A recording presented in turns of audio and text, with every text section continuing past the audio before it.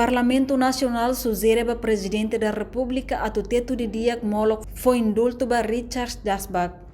Deputada Cristina Yuri Rebelo hato idane liga holista indulto nebe apresenta o Ministério da Justiça. Quase na entolnolo resingualo inclui mos padre Richard Dasbach nebe se reta indulto no comutação pena e a comemoração 20 de maio agora. Cristina Yuri, o subpresidente da República, a teto rodia tem que Hanoi mos vítimas sira, não tem que dar consideração antes foi indulto para Dasbach.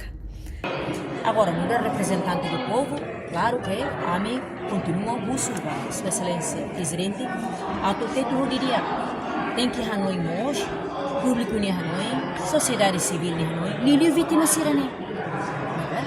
Também vítima sira nem tem que ser tal consideração vacina. Ex-padre, né? Botou aqui, né? Retan sentença para ação de bem magnihado. Mas vítima ser não insa, se não precisa proteção.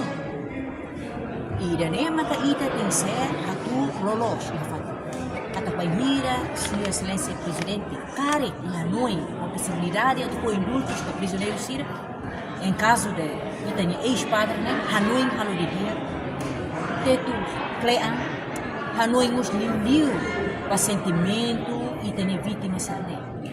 Tamba de vez em quando cane que bem maxira ia nem será cura. Anessa cane que de cara fitar nem será saiu se lolong. Nega? Nebe ita tem ser hareia processo ne coclean. E da nema caminha cara com muso da Sua Excelência Presidente. Auto na fate teto coclean. Basunto ida. Tamba basunto ida nem sensitivo. Ita kulia se presidente, macare, usa de competência, lá teto vira bebendo, caiga no infona, luto ida neno, foto de ação, pode decidir que foi luto, claro que ela é justo para vítima sira.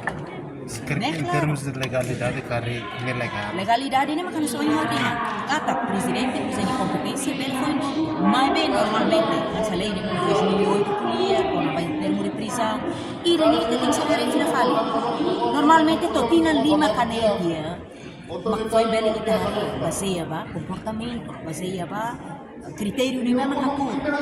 Mas bem quando ita for, também Hanoi, nela justo, claro que ela justo vai ter vítimas. Enquanto lista indulto proponente mais russe prisão, nebe encaminha ona ba gabinete presidente da República, no lista hirak ne prioridade basira nebe o condição moras no idade avançado. Reportagem Melda Fátima, televisão Timor Post. Janela informação ba emogoto. Atua tem informação atual dia clio, kita haluha, haneham botão subscribe, like. Halo comentário no Fahia Tutang ba media sosial foto.